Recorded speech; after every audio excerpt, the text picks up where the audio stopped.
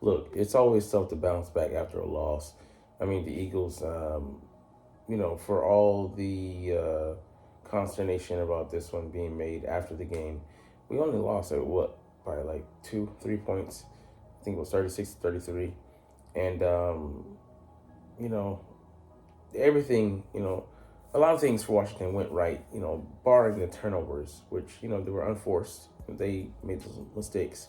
Some of them, okay, you can say the interception was, it was half-half. But anyways, a lot of things went right for them to come up with that score, and, a lot was wrong for us. And our general was out the game. We lose a key component of our secondary, and penalties and different things and such. But this is more towards them playing with a huge handicap. Whereas we have the original deck of cards we had stacked up. Nah, man, ain't no way this was going down like it went. But anyways, let's get into evaluating the players this week and see who deserves more playing time, who deserves less playing time, and all the other categories. What's up, it's your boy Cintron, come back into another analysis video to kid you not, that's my real name. Game ball, 3 stars and snap count analysis. We'll only probably do the latter. Week 16, Eagles at Commanders. So it's a different game for the Eagles once Kenny Pickett came in for an injured Jalen Hurts. And yes, we'll evaluate his performance immediately. But first, let's get to the main man in charge. 74 snaps on offense. 62 played by Kenny Pickett. Only 12 snaps played by Jalen Hurts. He went out early. Yes, I know he was 1 for 4 for 11 yards, 3 carries for 41 yards. That last one, you wish he got down, slid, so that, Frankie Louis doesn't have a shot at him. And that's just one thing that Jalen has to be, accountable for, that he's in control of sliding most times, unless a guy wraps him up from behind and brings him down forcibly. But, he had plenty of time. He was trying to get, as much yards as he could. Being greedy cost him.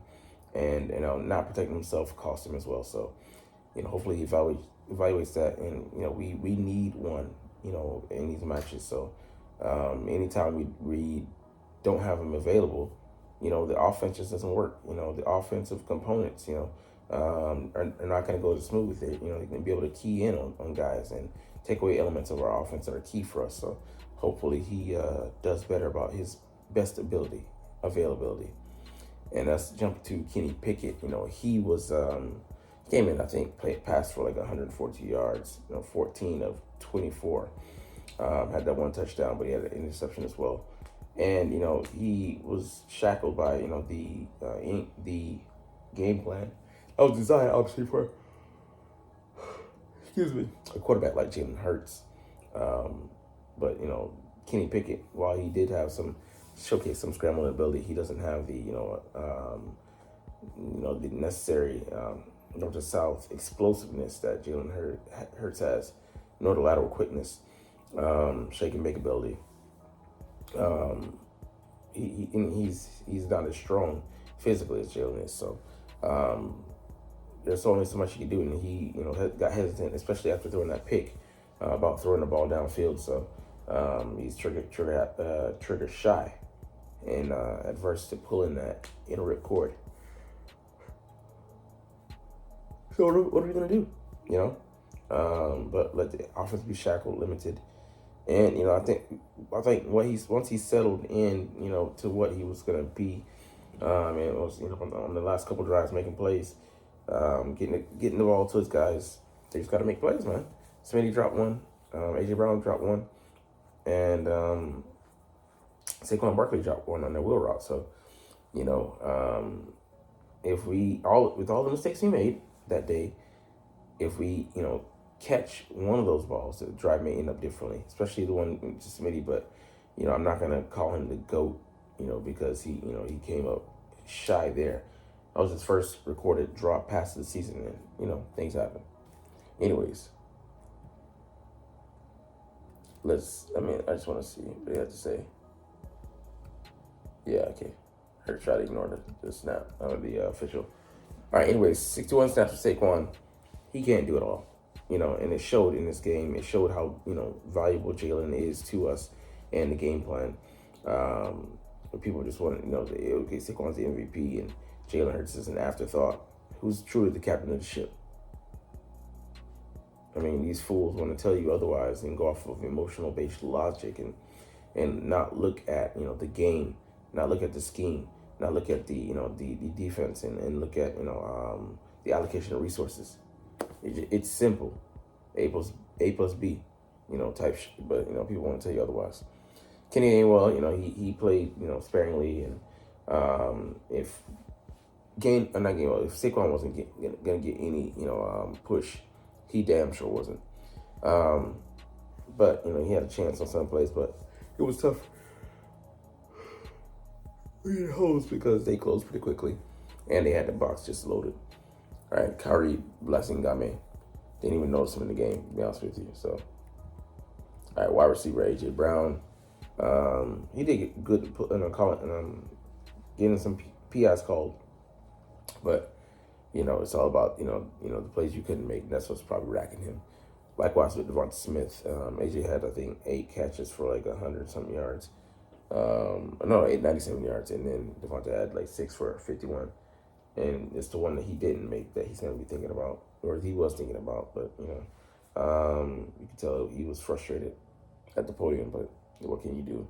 Jahan Dotson, zero targets. Man, but I just getting that workout in. And Johnny Wilson didn't see him have a target either, but, he might have had some. But, he's our blocking receiver in there at the time. All right, tight end.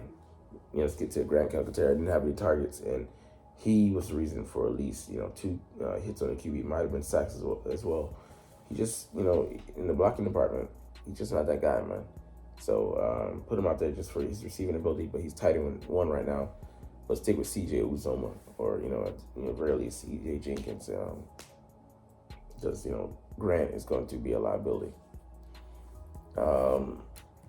Let's see, offensive line.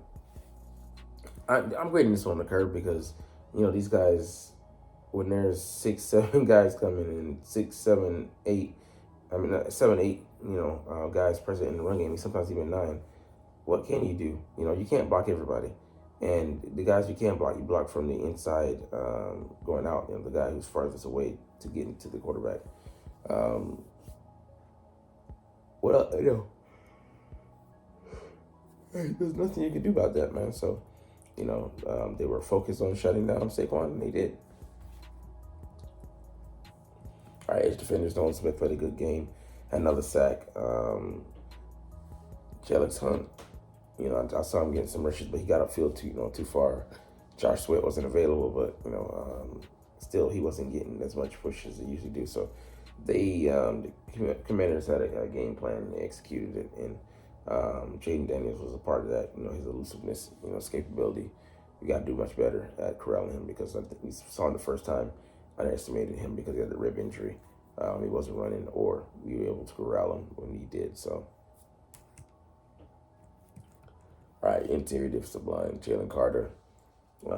We got to set him up more for success because they're double teaming him in most games, and we got to be able to break him free.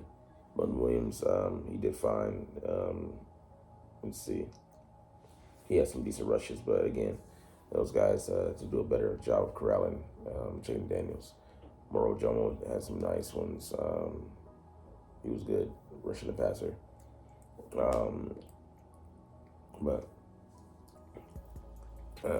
Just everybody has to play better as a unit. And Jordan Davis went out with the injury, but he came back.